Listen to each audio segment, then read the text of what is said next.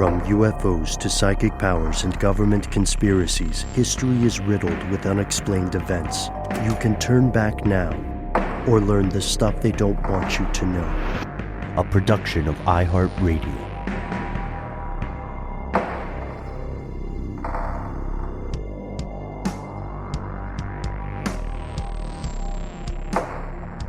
Hello, welcome back to the show. My name is Matt. My name is Noel.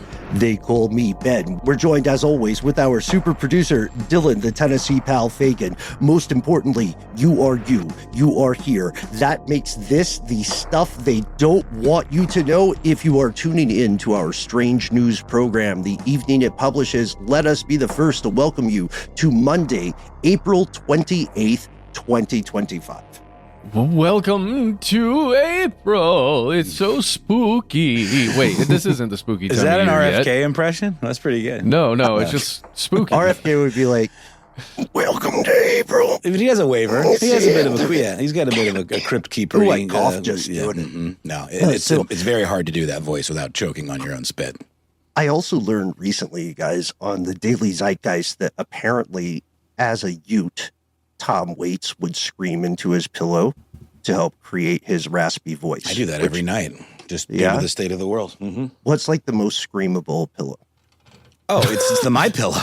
Yeah, of course. But of course. Great. That guy's in the news as well. He is, yeah. Oh, real quick up top, I just wanted to ask you guys something since we're having a minute to catch up. Yeah. I was watching some YouTube doom scrolly type things, the little shorts. I've been up on the shorts lately. And somebody pointed out a new arrangement for the press briefing room at the White House, which is essentially a standing room section that is devoted to quote unquote new media. But a lot of these folks, one of which I saw a quote from and whose name escapes me, represents particularly far right and less, let's just say, journalisty kind of news outlets. I thought you were going to say, no, I thought you were going to say represents the Lollipop Kids. That's also true. They definitely the Lollipop Guild, indeed. Lollipop Guild. You're absolutely correct, by the way. I did write to the current administration because they have an open application online where you can request to be as a new media member or podcaster, you can request credentials and to be allowed there. I guess what I was getting at is it seems like since it is at the discretion of the White House press secretary as to who gets to ask questions, when the deck is stacked a little bit with some of these, let's call them sympathetic folks, you end up generating a lot of news bites that are very pro-administration. And some of these folks literally ask beyond softball questions. Sure. Like, isn't it President true? Trump as the best president 100% in the history of the concept of humanity?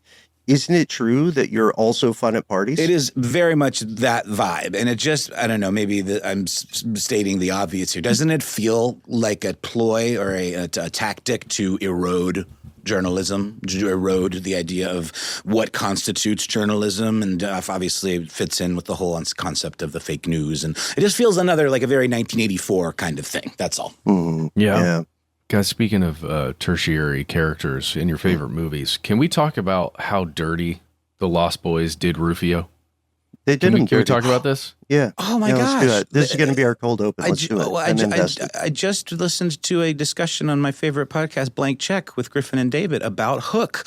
And I Are you forgot. serious? Yeah. I watched it last night. Well, Bangarang indeed. Listen to the episode, Matt. You're going to be fresh on all the details. And it's a great podcast in and of itself. But they're doing the latter day career of Steven Spielberg. They do directors' kind of filmographies in series. And there was so much I forgot about Hook. And I've been been on my list to rewatch as well. It's not good, right? Like it's amazing. I mean, It's Bangarang. amazing. They invented the word Bangarang. I remember their clubhouse was a kid's dream come true. Yeah, like everybody's eating like brightly colored gack. That's exactly right. And skateboarding, I want to say, it reminded me of the Foot Clan's hideout in the first Ninja Turtles movie, which made me want to join the gang. It made me want to join the gang. It's a very specific vibe for the 90s. This is 1991. And yes, they're imagining eating magically colored stuff. And if you believe Robin Williams If you believe in the power of imagination, then you'll never be hungry again. Okay, that sounds nice. Dude, Rufio, spoiler alert. Ready? 3, 2, 1. When Rufio takes that hit from Dustin Hoffman. Right. Hook, Captain Hook. The titular Hook, yes. He dies immediately, and everybody just keeps going, and that's it. They did him so dirty. In Hook, I do remember watching that, thinking, what happened to the power of imagination? Can't they just like believe this guy back into life? Dang, man. Oh, that's a good point. You'd think they could just, what is it, snap your fingers? Clap your hands. That's what you do. You clap your hands. Yeah. Rub your hook. Watch out for that gator. We're going to talk about some likewise surreal things. We had some conversations off mic about people that we've already dunked on this industry before, getting to not quite space, edging into space for maybe 10 to 11 minutes. As we're recording this, there's going to be a huge merger on the horizon for credit card companies. So any credit card companies in the audience tonight, that one's going to be for you. Please don't get on a list when you are... Please don't get on a list with your personal medical records. We've got so much to get to. A new crime just dropped that I think we all will learn about. We're going to have Kenya come up in a little bit. But before we do any of that, why don't we take a break for a word from our sponsors, and we'll come back with some credit where due and some FDA news.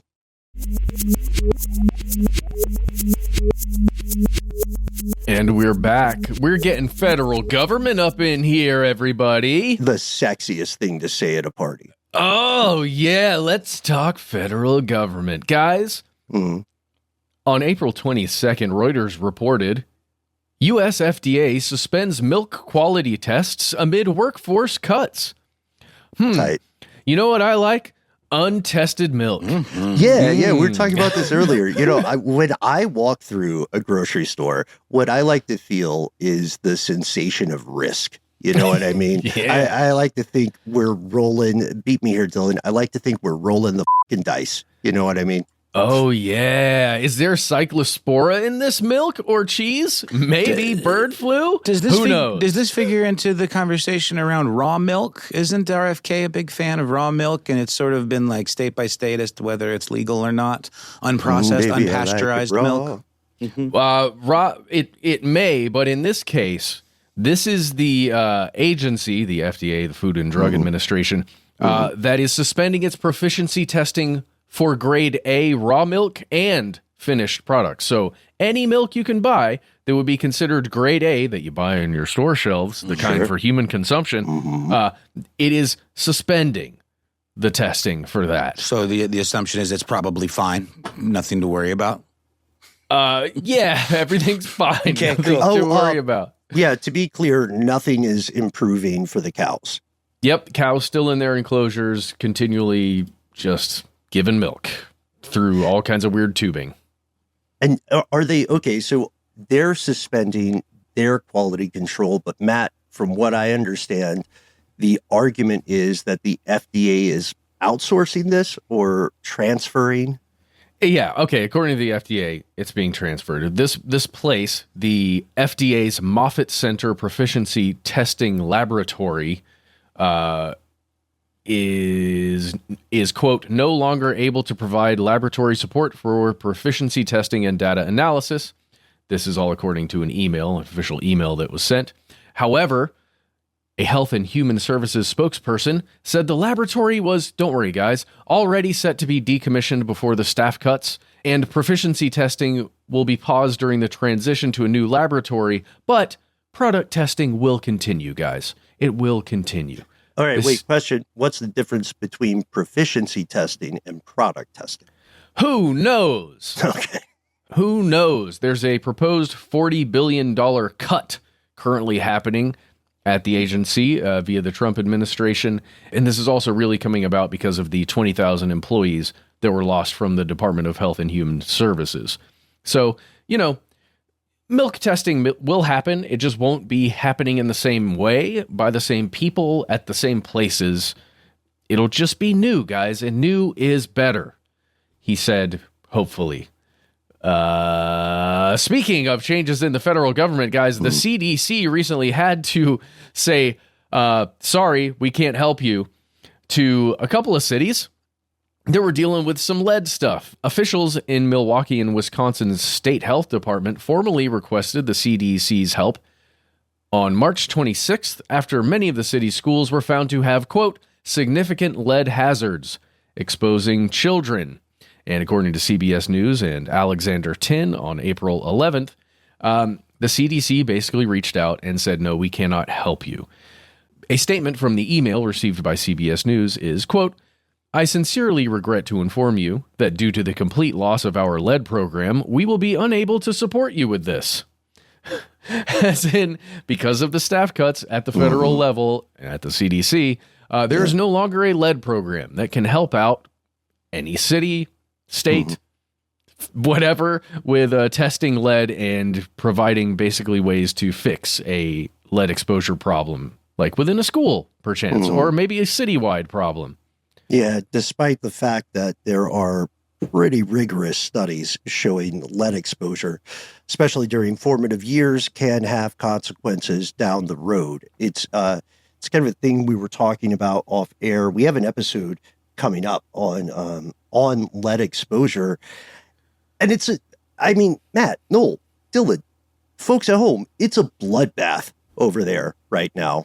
Like the amount of cuts. I think we all probably have a couple of friends who were working in public service who were unceremoniously given their walking papers, or they got that really weird email for voluntary resignation, depending on their department. I'm going to say it. I don't think this is like a good idea long term if you support the U.S. as a concept. I would agree with you. Other officials, like within this story about Milwaukee schools, they are saying this is why it is so important to have state level and local level folks who do things like test products, milk, test for lead in pipes, and then know how to actually go through a triage and help the students or, human beings who've been exposed to that lead, and then fix the pipes that have the lead in them that are seeping it into the water supply. They're basically... It's an interesting argument.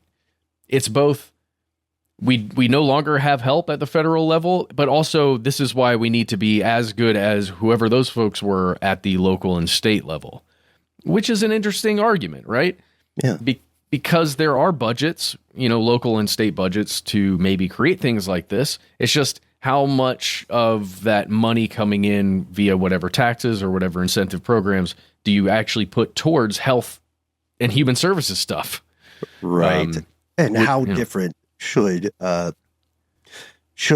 thresholds and priorities and accuracy be from state to state, or city to city, right? Or city to city, right? Yeah, people who are critics of the current direction are going to argue that this feels like balkanizing the United States, turning each of the 50 states into their own sort of sovereign territory with an erosion of federal law. And there is, not to be alarmist, there is some validity to that argument. Like, what if you imagine, what's a city a lot of people don't think about? Bismarck, right? Okay, so we're in Bismarck, and people love Bismarck because now it's a tourism advertisement thing to say, hey, we're known for not having poison in the milk.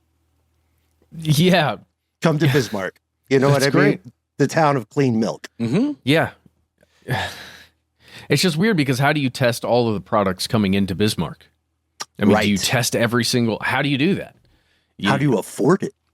I feel like you need a federal program or something larger, at least sitting on top of everybody who's producing a product and say, hey, those folks are going to look at everything. Mm-hmm. If not, I don't know. Welcome to El Paso. You might get a finger in the chili. But the milk is just fine. Guys, let's continue a little bit on a previous discussion we had before about Red 30. That is an artificial petroleum-based food dye that recently we talked on this show about how the U.S. government is looking to cut that out. Cut it out of our food supplies. If you imagine that scene, if you have seen the 1991 banger rang of a film, Hook, you may imagine the props department using a whole crap ton of petroleum-based food dyes to create those, I don't know, sloppy pies, whatever the heck they were. Yeah. They're basically like neon colored gack. But also Rufio. Yes, that was prime Nickelodeon slime time, zeitgeist-wise. Yeah, for sure. Well, they sure used it a whole bunch, and now the FDA, again, the Food and Drug Administration at the federal level of the U.S. government, is phasing out the use of petroleum-based synthetic dyes by the end of the year, according to an announcement by the agency that occurred yesterday as we're recording, Tuesday, April 22nd. This comes to us via CNBC, by the way. Guys, this could be huge. It's one of those things we talked about even before all of this other stuff when we talked about food additives that are allowed within the United States government, according to the FDA, and those same food additives that are banned in most other countries. Yeah. And how maybe it's a good idea to jump on the old bandwagon and get those out of our systems as well. The FDA appears to be taking steps. The people left at the FDA appear to be taking steps. Yes, and specifically, I was going to say Robert Downey Jr., but it's not him. It's the other guy, Robert Kennedy Jr. But anyway, it is interesting that it's happening now. We're talking red 40, yellow 5, yellow 6, blue 1, all the blue favorites. 2, All green the slow 2. jazz. Yeah. All getting out of here, including red 3. So, not red 3. It's Not my red favorite 3. line. Come on. Yes. Red 3 is the reason we started this show. I only drink sports beverages that have red 3 in them. I will die on that hill, possibly literally. As an entity that doesn't have like you guys full spectrum of color, I appreciate that the additives have numbers beside them. They just you know what I hit mean? different, Nice? man. They just make the bevy hit different, That's right. Well, guys, according to FDA Commissioner Marty McCary, the agency, FDA, plans to authorize 4 additional color additives using natural ingredients in the next few weeks. So maybe even by the time you're hearing this, they are also expecting to review and approve other natural ingredient colors. Cool. How do we define natural? Well, it's not based in the stuff we pull out of the ground and then refine and put in our vehicles. Okay. Cool. Which is very natural, I suppose, in a way. I'm okay Guys, with all of this. One last thing, and then we're getting out of here for the segment. Huge news. Yes. I don't know what's in your wallet, but this one company is really stoked if they've got one of their pieces of plastic in your wallet. Capital One, they had this little idea. They said, why don't we buy Discover Financial Services and Discover Bank for around $35 billion, 35.3 to be exact. Reasonable. Let's buy that and let us become the credit card company that exists on the planet, like the biggest one. And the Federal Reserve had to check it out. Guess who else, guys? Who? The Office of the Comptroller of the Currency had to check out the deal. We love a comptroller. What do they do? Unclear. Still to this day. Yeah. And Kind of like a Justice parliamentarian. What's the deal again? I'm sorry. We got to remind everybody. The comptroller is does. the person with the stamps and the signage. Yeah. They go, Okay. yes. They troll the comps. So they're like a mega right. notary, basically. No, they're the one that checks off everything. Like Okay. the last line of defense for fiscal things, services, depending on what you're in. We should write to them, Matt. I like that. The last line of defense. That's going to right. sound so Ooh, like sexy that. to them. They probably Yeah. get Man. a custom stamp too. Last line of fiscal defense. Ooh. And they, despite that excellent tagline Matt just gave them, they co-signed what is arguably a problematic monopolization of one of the most sensitive parts of Western life. Yeah, it's pretty weird. Capital One has around 100 million card holders. Discover had around 300 million. So then you put them all together, that's 400 million cards out there. That's not individual card holders if you add those two up, because many folks have multiple cards. Yeah. it is interesting with the two of these companies combined because they have often targeted folks who are considered by these financial services to be either lower income or lower on the credit scale. So around a credit score of around 600. And they offer cards often with cash back and things like that the financial services like Capital One and Discover and Visa and all of them say are more popular with folks of lower income. That's the way they talk about it. Sure. It's really gross, actually. And Evicor just had a happy accident saving those companies money. Sure. Well, but basically they're teaming up to make one giant financial credit services group with huge interest rates. And I don't want to say preying on anybody. I just mean... you kind of have to if you're being accurate. Like, we don't want to say it. That doesn't make it not true. Yeah. Right? Yeah. Yeah, because there are a bunch of credit card issuing banks like JP Morgan Chase, Bank of America, Citigroup, Wells Fargo, a bunch of them that are like, we're a bank, but we also offer credit cards. Sure. This is like one of the primary ones that are going after people who don't have a lot of money and can't afford to, pay 17, 23, 30% interest rates on stuff. Usurious. Yeah.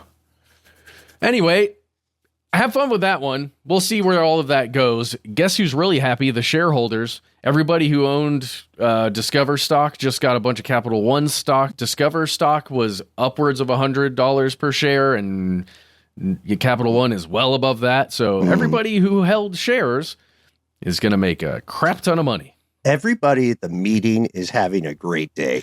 That's a great way to put it. Everybody at the meeting is having a great day. Also, if we could always be closing, if you want to learn more about the history of credit cards as a concept and why credit scores are absolutely ridiculous, check out our peer podcast, Ridiculous History. Matt, we're still trying to get you to come back on the show. It's going to happen. We're going to twist your arm. One day I'll do that thing, but not right now. Right now, we're going to hear a word from our sponsors.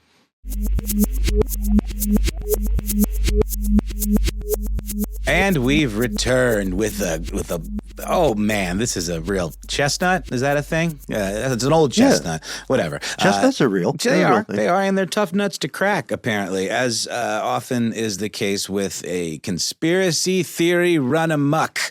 We do live in a time where disinformation seems to be more prevalent than ever, with all these accusations of fake news media and fake news story and mis and disinformation and, dare we say, outright propaganda all over the world, and very much in this country of ours, the United States of America, with all of that stuff flowing around, kind of muddies the waters to an alarming degree in terms of what is to be believed, what is to be taken at face value, and for good reason. I mean, we have deep fakes, we have, more and more convincing uses of artificial intelligence, machine learning rather, to create images that never really existed, that absolutely look convincing. Video footage. They've even gotten hands better. I don't know if you guys have seen that, but the AI modeling tools are much, much better at generating hands. That was always the big tell as to whether something was AI slop or not. This story isn't about AI necessarily. This story is about space and conspiracies surrounding a particularly, I don't know, self-congratulatory, let's just call it, PR space flight from Jeff Bezos's Blue Origin space program, space company. He's competing, of course, with Elon Musk's SpaceX and, definitely making some headway in terms of privatized space flight. Whatever you think about that as a concept, it is happening, and Bezos is one of the figures at the forefront of that. I guess as a way of drawing attention to his efforts, he and his company devised a PR stunt, photo op, let's just call it, wherein a handful of celebrities who are women were gathered together, 6 of them, in fact, for an 11-minute space flight into near-Earth orbit. I believe so not quite space. Not quite space, near-Earth orbit, I believe about 63 miles above the Earth's atmosphere, which is high enough to achieve zero gravity type effects and all of that good stuff. The internet, however, as it is wont to do, is calling foul on this whole thing, saying that it never really happened, that it was simulated. The very familiar sounding conspiracy theories, given all of the talk around the faked moon landing, the supposed faking of the moon landing, the idea that it was something that was devised and set up on a studio backlot in Hollywood, potentially even directed by the great Stanley Kubrick, all of that. One of the classic conspiracy theories that we have talked about at great length on this show. That is true, by the way. Stanley Kubrick did fake the moon landing. Cool. Okay. But because he's such an auteur, he said the only way they could do it realistically is to fake the moon landing on the moon. Oh, yeah. He was like the proto Christopher Nolan. That's what Christopher Nolan would do. Like there were all these jokes surrounding the idea that he actually wanted to detonate an atomic bomb, for the shot in Oppenheimer. So the women in question are Katy Perry, Katy Perry, pop star of, Matt pointed out, I Kissed a Girl, I think was her first big hit. Firework, which I think is an absolute banger. I'm quite a big fan of Firework. And then, or Fireworks perhaps. And then a little later, she had a song that was pretty inescapable called Dark Horse with a pretty laughable verse or feature from the rapper Juicy J, wherein he compares the beast of karma to Jeffrey Dahmer in that it can eat your heart out. So that's a real clever turn of phrase in there. But I quite enjoy some of the music of Katy Perry. She has of late kind of been lampooned quite a bit by pop culture aficionados, media critics, etc. Because, I don't know, she did this whole kind of like feminist kind of rollout for her most recent record. And it just came off very, very heavy-handed and very, very kind of look at me, rather than actually speaking to real things behind the idea of feminism and empowering women, et cetera. It was just, I don't know, kind of a little bit tone deaf, the rollout of that record. She had, I think she were like, she was dressed up as like Rosie the Riveter and things like that in a music video. And it just pretty much got absolutely crapped on by just about anybody, and the record did not do well. She does have a world tour coming up, and I guess what better way of promoting your world tour than participating in an elaborate space flight PR event. So it was Katy Perry along with Gayle King. Gayle King is Oprah's best friend. Oprah and Gayle. That's right. I'm sorry. A friend of the show, Anna Hosnay of Daily Zeitgeist fame and other things, Las Culturistas, all the big hits these days.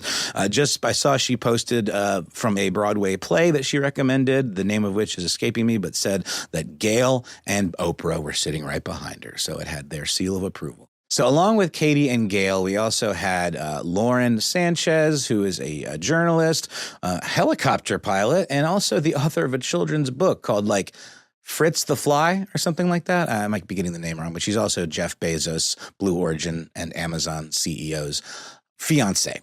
Partner.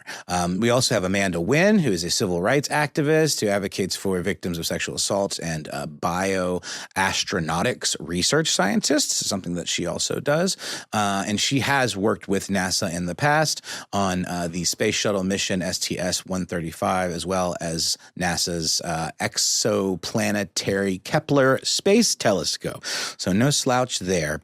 We also have film producer Carrie Ann Flynn and a former NASA rocket scientist and CEO of engineering firm STEMboard and founder of a company called Lingo that teaches students technology skills. Her name is Aisha Bowe. So all of these women convened in one of Blue Origin's West Texas launch facilities for a big televised event wherein they boarded the ship, the shuttle, I guess you'd call it, were blasted off into space and then posted videos from their near-Earth orbit zero-G experience and then returned back to Earth. The whole thing lasted a whopping 12 minutes, I believe, and this took place on April 14th as we sit here on April 23rd. What's the internet saying? Well, there's a couple of points as to what they believe, or the collective they believe is happening here. There was one particular clue that was highlighted quite frequently, which is that when the ship landed, or it's called, I believe the New Shepard is the name of the pod, or the shuttle. When it landed, as part of the ceremony of it all and the kind of photo op of it all, Jeff Bezos was supposed to open the door, the pod door, let's just call it, for saying sci-fi about it, with this like special tool. But before he got to it, you can actually see the door opening inward and then quickly being closed. Okay, so a lot of folks on the internet seem to believe that the door should not have been able to open from inside because it's supposed to be pressurized, and if it were to be openable in that direction, that the pressure of space could potentially, force it open. So that's one thing. However, according to NASA, hatch doors should, in fact, be able to be opened by a single crew member without any special tools from both sides. So the idea here would be that they opened it, kind of jumped the gun, and then realizing they had made a mistake, closed it really quickly and allowed Jeff Bezos to have his photo op. The Daily Mail reports on this, and that is their conjecture, and that is confirmed by some NASA scientists that they spoke with. This whole mission, by the way, is called Taking Up Space, and the idea was that it was meant to promote STEM education for young women. All of the crew members wore these more fashionable than your average spacesuit, very Star Trek-y, honestly, blue, skin-tight jumpsuits that were designed by Lauren Sanchez. The central image that I'm talking about is the one that is causing folks to do a little bit of a head scratch, at least on the internet, with all this talk of Illuminati conspiracies surrounding celebrities and, dark satanic rituals, even dating back to things like Pizzagate, the idea of the elite participating in these, dark occult kind of activities. If you look at the image, it is kind of a space pod kind of image, stylized with stars and all of that stuff. It has the names of the crew members emblazoned around the edges with little corresponding icons for each of them. Katy Perry gets a shooting star microphone kind of thing, and the filmmaker gets a little reel of film.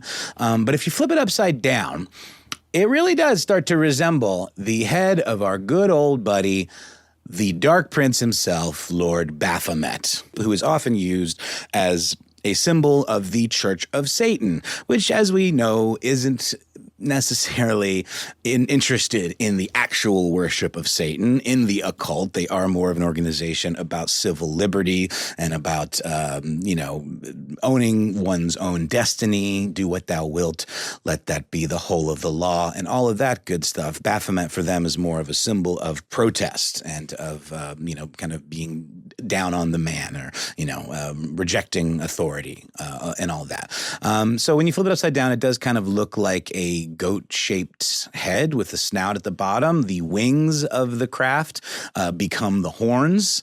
And yeah, it's causing some folks to really, call into question whether or not this thing was a PR stunt or some sort of elaborate satanic ritual. There's an image that's also being noted where Katy Perry is seen holding her hand over the patch, supposedly indicating her swearing her allegiance to the Lord Baphomet. One observer on X commented, Katy Perry swearing her allegiance by placing her hand adoringly and lovingly over her Baphomet logo. They tell you in so many ways who they worship. Some folks even pointed out that in 2011, Katy Perry had a music video for her song E.T., wherein she is depicted with goat-like legs, which is, of course, a long-standing symbol, often related to like Pan or other kind of pagan depictions of satyrs and, of course, Baphomet himself. So what do you guys think? Do you see it? It is kind of entertaining. There's also people talking about how an upside-down cross can be seen as well if you really, if you squint at it enough. Yeah, while you were walking us through it, I shared one of those images with that badge upside down, and I can totally see the pareidolia of it for sure. Just here, let's Remind us of reshare that it so term. Is it- that about pattern seeking? right? That's where you that's the human tendency to maybe see faces or see patterns where there might not be. So I'm going to reshare this thing you were describing there for everybody. As we can, like, as we're all looking at it now, would love to hear just like group reactions. You know, I get that if you are looking for something, you are going to find the thing you are looking for. For you sure. know, not to sound like roomy. No. know. Yeah, I get it. It's very zen of you, Ben. Another commenter had this to say, it really sums the whole thing up. Did you notice the logo on Katy Perry and her fellow Blue Origin space travelers patch is the satanic goat with an upside down cross if you flip it over? Goat horns, celebs, fake space. I don't think space is in question here, but perhaps fake space travel. Also acknowledging a reference to 2 Corinthians 11:14, Satan himself is transformed into an angel of light. Yeah, but Baphomet's not Satan. No, he's not. So, like, let's get our lore together real quick. For sure. Baphomet would be perhaps considered like one of the lesser demons, kind of like in the Key of Solomon, sort of like Paimon and all of that stuff. Baphomet is he like a prince of hell? What's Baphomet's deal? Well, Baphomet, the name, is relatively young as far as the demon game goes, but Baphomet had the distinct privilege of being part of the accusations against the Knights Templar. That's right. And also considered a misinterpretation of Islamic beliefs. Some scholars believe that the name is a corruption of Mahomet or Right. Muhammad, right? Right. Mhm. This leads some historians or speculators to argue that the Templars were indeed, to some degree, following Islam. And if I'm not mistaken, Ben, aren't the Knights Templar often lumped in with Illuminati conspiracies? Isn't that sort of part of it? They know what they did. Oh, that's fair. Okay. So it does feel like part of that larger conspiracy bubble of, celebrities being in some way inducted into some sort of shadowy secret cabal. Accusations have often flown around surrounding even like choreography of like Beyonce. I think there was some stuff talking about how Beyonce and Jay-Z are part of this. And recently Coachella took place in the Indio Valley there in California. And a lot of articles started swirling after Lady Gaga's performance, accusing that of being some sort of satanic ritual. So this isn't like the first, satanic rodeo. It's maybe just the first one that's accused of happening in space. So, I know we're running long on this. There's a couple other quick points I'd like to hit. One being that when Katy Perry was in space, she holds up a little butterfly sticky note kind of thing. Apparently, it's really hard to read. It has text on it indicating her set list for her upcoming tour that I was mentioning earlier. However, some internet conspiracy theorists have said that that is actually a reference to MK Ultra and a form of mind control, because apparently the image of the monarch butterfly representing metamorphosis and change has been long associated with that program, which is actually something I didn't fully realize, but it does make sense. So there's that. There's also a thing about like a fake hand that was visible. Ben, I see you nodding. That one sort of flummoxed me a little bit. I didn't quite get to the bottom of that one. There's a still that's going around, as well as some video footage after the capsule comes down of a view through the window where there's a shiny looking hand that many people online have said, hey, that's a mannequin's hand. That's a fake hand in the window. Mm-hmm. But again, it's pretty baseless. It's just kind of the whole, I don't know, the rumor thing starts. Guys, I'm looking at that image again of the capsule flipped around, the actual mission image. This is the patch. Yeah, the logo, right? This is an all-female mission. It is about taking up space and promoting STEM for girls, right? Yes. Think about what the Blue Origin spacecrafts look like. They look like dicks. They do. So they do. Very do. much so. And not Yeah, all of dude. that, not all of that is due to necessary function. There's a little bit of aesthetic. Exactly. Interesting. Didn't occur to me, Ben. This image of the spacecraft is tilted in such a way that it looks a little less phallic. I think that was done purposefully. So I think any shapes you're getting when you flip it over are due to the desire to make it look a little less like a huge dong. That is a really good point, Matt. So it's a PR move. It is further part and parcel of the publicity stunt-ness of it all, right? Well, it's 100% a PR move. We were talking off mic before we recorded tonight's program, where I had asked someone to explain who Katy Perry was, because I'm super plugged in to human culture. And then the next part becomes this. It would be fascinating to look at the financials of Blue Origin and see whether this sort of PR stunt is actually financially advantageous to them, right? You can take the hit. You can take the PR hit if the investors are still coming through because now they like your mission more and they get to say, oh, look at that badge. Blue Origin doesn't look that much like a penis. We should give them money. That's a very good point, Ben. And I will say, too, that the biggest takeaway from this whole thing is just the sort of tone deafness of it all. The Kardashian protest yes, with a Pepsi can. 100%. That aspect. You know, Katy Perry coming down and making these very kind of lackadaisical claims of like, you know, we've heard of this idea of the overview effect. And it is, I'm sure it's very cathartic. And it's something that maybe we can all one day experience as well. But right now, the ability to experience that for regular folks is absolutely out of range, out of reach in terms of price. Like I believe it costs about $1 million. Once space tourism truly begins, in earnest, that's about what you're looking to pay. Are we making the real question here philosophically is if we are making space, are we making space in this conversation for other people who are not celebrities and multimillionaires? Or is it just sort of like Jeff Bezos and Blue Origin pitching ideas and not really hearing responses? 100% that. And then funny that you should say, Ben, I think your version of the mission name was a little less tone deaf. The real version was taking up space, which is kind of what these billionaires do, in terms of taking stuff that other people could benefit from and not giving back. So to me, like taking up space is just sort of absolutely ill-conceived. And like I was getting to Katy Perry making these comments of, you never know truly how much love you have to give until you've gone to space. It's like, cool, I guess we'll just have to, settle on the amount of love that we are aware that we have to give without having that experience that you shared, Katy Perry. So there you go. I don't know. It just felt a little gross to me. I don't think it was faked. I do think that stuff is interesting and very much part and parcel of the kind of thought experiments that we enjoy on this show. But all of it checks out. I think it happened. And I think the fact that it did happen is maybe even more offensive and obnoxious than if it were faked, why would they do that? I will say one thing that hasn't been addressed that I do think is interesting.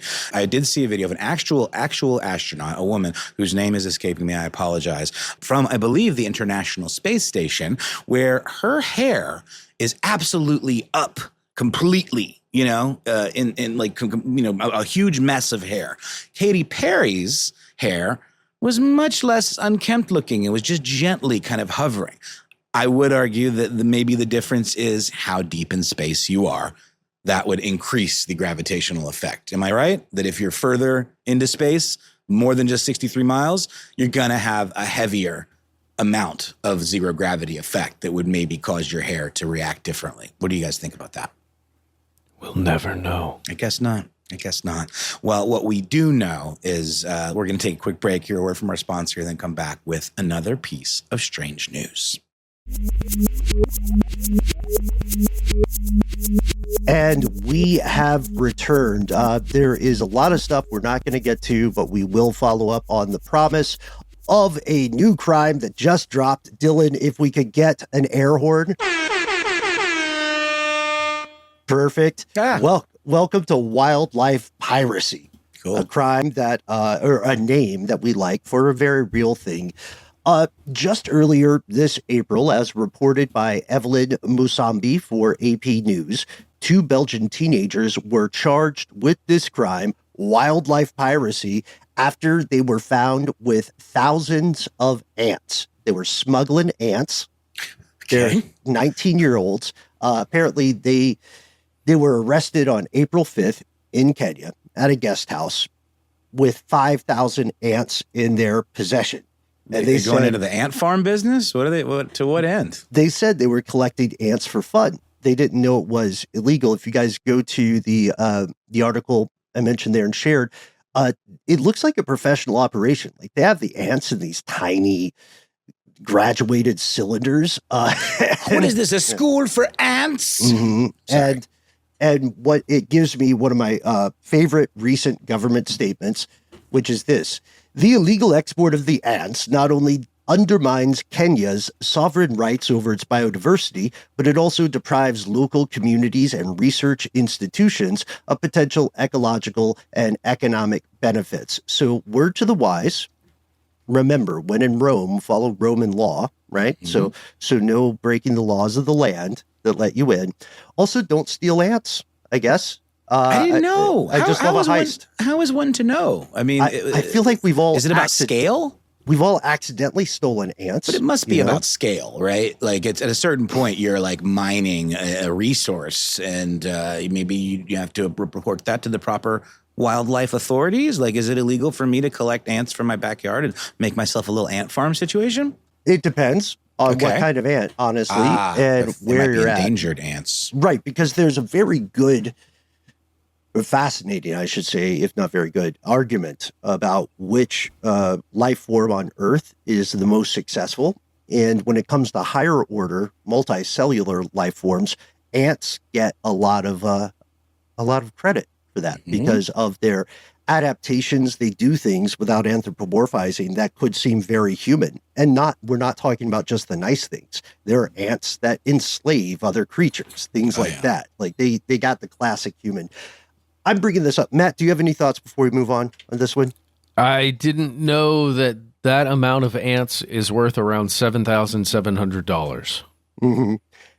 And I think we've all accidentally smuggled some insects before. Not naming names, but, we might go on hikes and find we've accidentally smuggled some ticks. I smuggled a tick on my butt, basically. It's your story to tell, bro. I didn't know. I was in the shower and he was like, "Hey, I'm down here, man. What's going on?" And I was like, "Stop, dude. Get out." That is a perfect tick accent, by the way. Yeah. People. I hope it was. I don't know. He was just doing his thing. But yeah. And now I'm on antibiotics. So thanks, tick. Oh, seriously? Yes, just in case. Just in case. Yeah. Don't want to get that Lyme disease. Also, Lyme disease episode has been in the works for a few years here. But yeah, we're mentioning this because it's a funny story.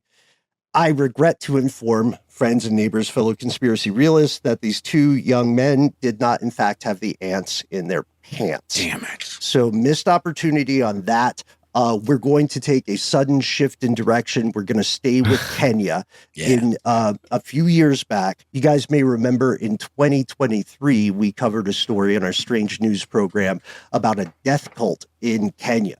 Mass suicide, organ theft. This is one of those rare situations that made international news. Remember talking about this, possibly? It's been a minute. I do remember the basics, though. Yeah, more than 200 people died at the time of reporting. 600 were reported missing. And now we have another story coming to us via Reuters. Reuters has reported that 2 bodies were recovered from a church in Kenya. And the discovery has not just the local population, but the authorities worried that there may be another kind of starvation or self-harm cult in play. The bodies were retrieved from the premises of St. Joseph Missions of Africa Church in Migori County. And this just happened. We're recorded on April 23rd. This happened a couple days ago. And I always try to keep the eye on the cult activities. In addition to the 2 cadavers, they rescued almost 60 people who were being held there against their will. Okay. Doesn't sound good. Yeah, it's not good. And apparently they went to the hospital, right?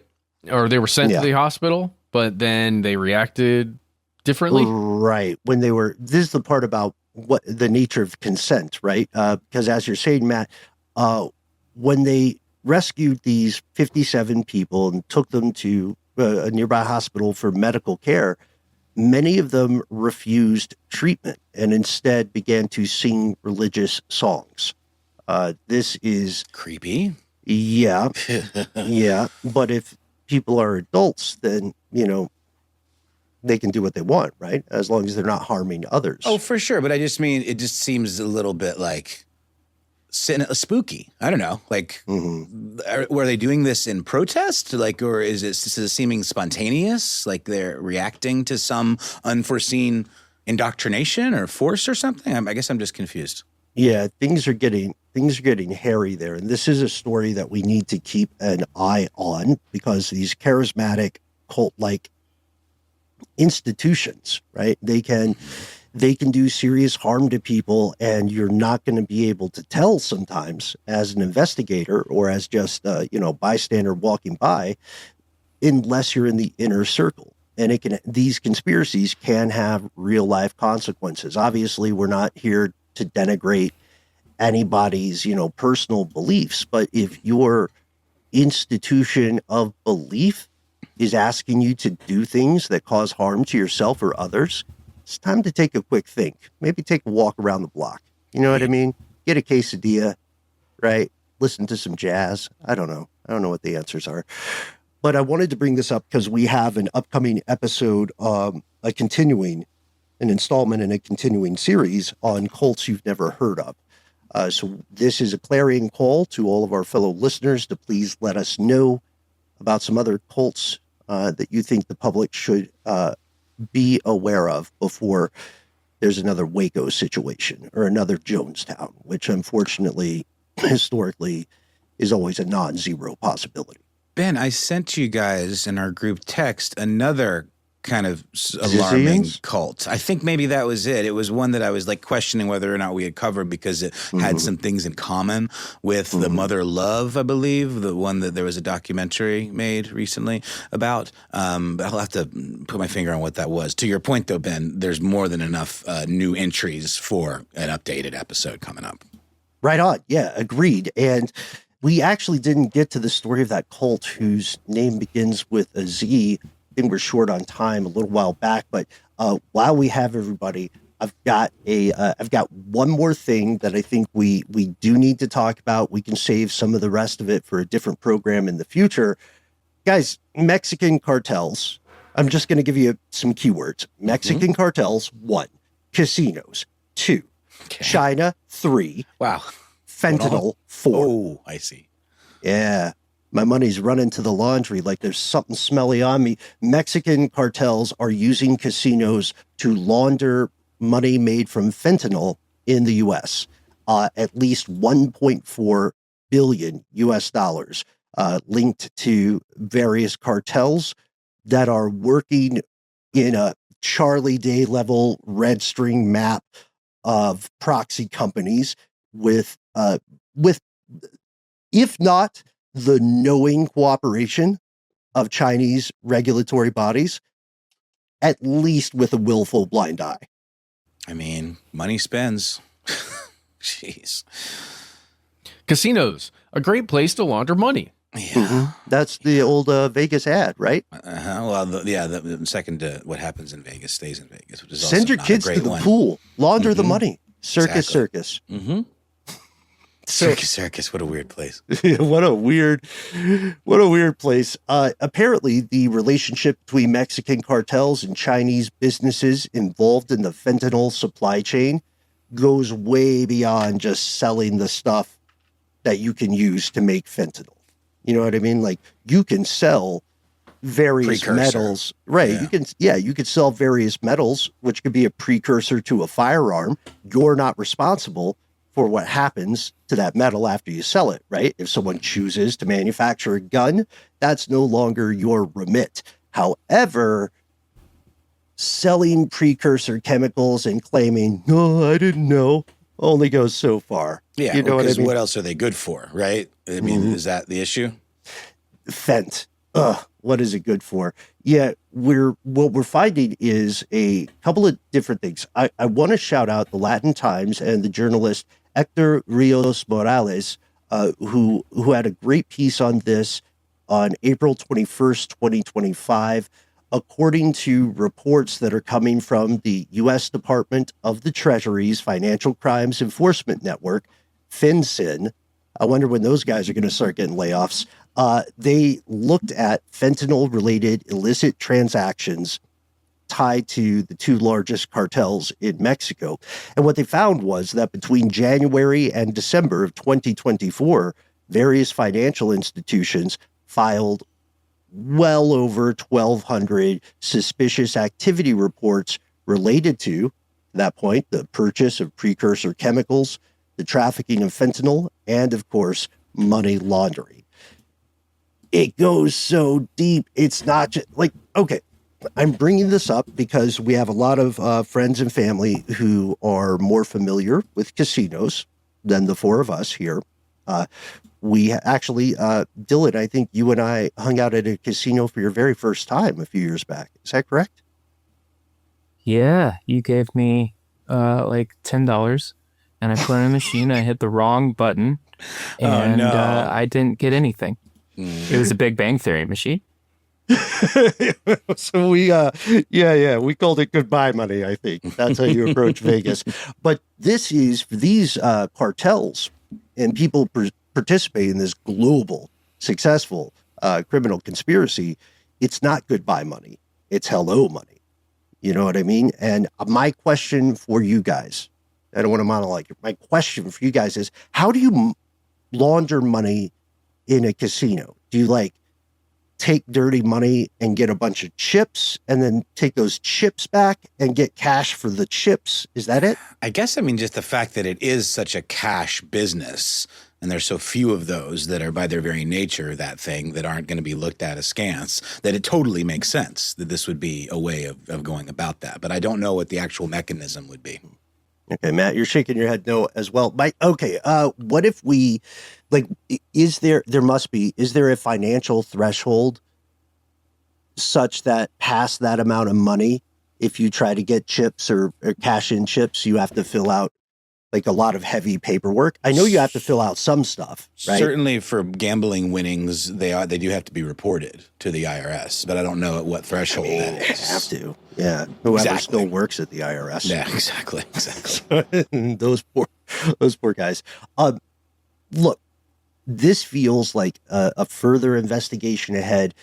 I posit to all of us together tonight that it seems increasingly implausible and indeed naive to argue that U.S. authorities are not aware of this. Maybe factions are complicit in this. I don't know. What do you guys think before I start pulling in Oprah and be like, you're corrupt, and you're corrupt? I will say that I do know that, gaming licensing is a big deal, and that proprietors of casinos are always very concerned with losing their gaming licenses. And so they do, I believe, to the best of my understanding, go to great lengths to make sure they're in compliance. So this certainly wouldn't be something that would be done willy-nilly or without an appropriate amount of kind of smoke screen, because I think it would be pretty easy, to your point, Ben, for Uncle Sam to find out and then, act.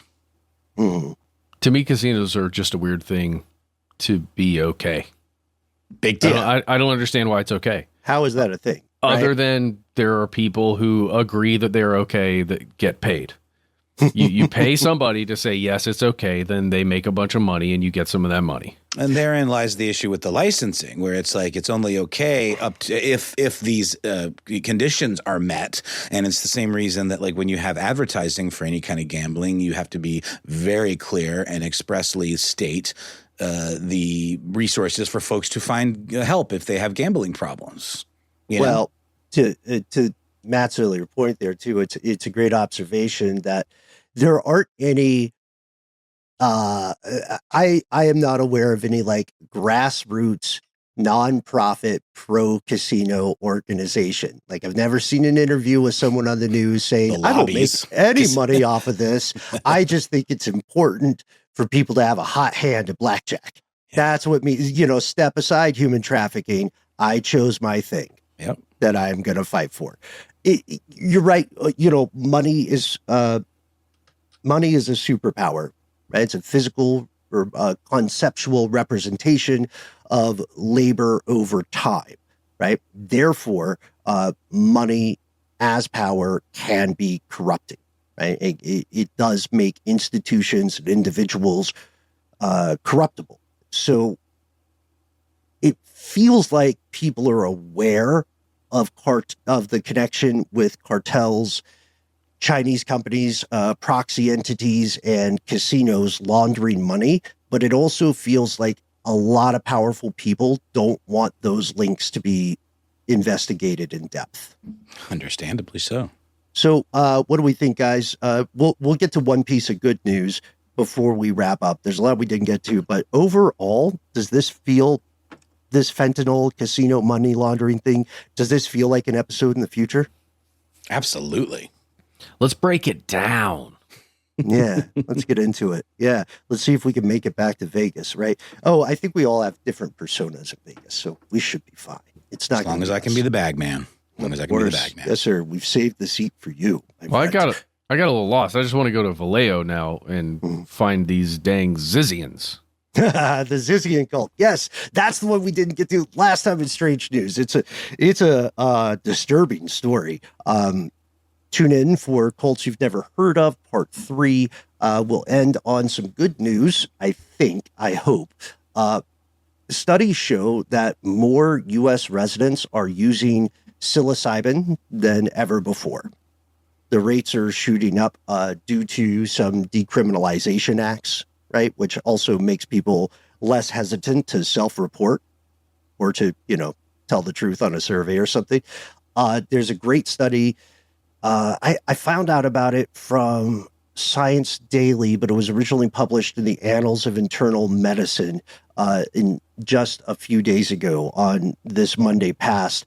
And what they found is that people who are experiencing mental health conditions appear to be finding some sort of mitigation or comfort in the use of psilocybin, aka magic mushrooms, probably the most common version of that here in the U.S. Absolutely, and there's it's becoming more and more prevalent, and I think for good reason. And when used appropriately under the supervision of the right kind of therapist, I have seen great results from folks that I've spoken to that have participated in that kind of stuff. And with that, we would love to hear from you, fellow conspiracy realists, to the degree that you are comfortable. Tell us your experiences with hallucinogenic substances. Tell us your hot take for or against it. Let us know if you have experience working with the federal government. Let us know what you're going through. We've had a lot of great correspondence there. Let us know if you work at a casino. Give us the dirty business on that one, right? We did an episode on stuff they don't want you to know about casinos, and I think it holds up. So we can't wait to hear from you for all of that and for more. You can find us on the internet. You can call us on the telephone. You can also give us a line any old time you like at our good old-fashioned email address. That's right. You can find us at the handle Conspiracy Stuff, where we exist on Facebook with our Facebook group. Here's where it gets crazy. Get in on the conversation. Join your fellow Australian listeners in recommending some Australian cinema for us to enjoy. We want to thank all the folks who have reached out, giving us some really great recommendations for classic Australian films to check out. Looking forward to doing that. You can also find us at Conspiracy Stuff on X, FKA Twitter, and on YouTube, where we have video content galore for your perusal. On Instagram and TikTok, however, we're Conspiracy Stuff Show. Our phone number is 1-833-STDWYTK. When you call in, it is a voicemail system. Give yourself a cool nickname and let us know within the message if we can use your name and message on the air. If you don't like voicemails and instead want to send us an email, we've got that too. Shoot us a line. We are the entities that read each piece of correspondence we receive. Be well aware, yet unafraid. Sometimes the void writes back. What are we talking about? There's one way to find out. Take a step further away from the light. Join us here in the dark. Conspiracy at iHeartRadio.com.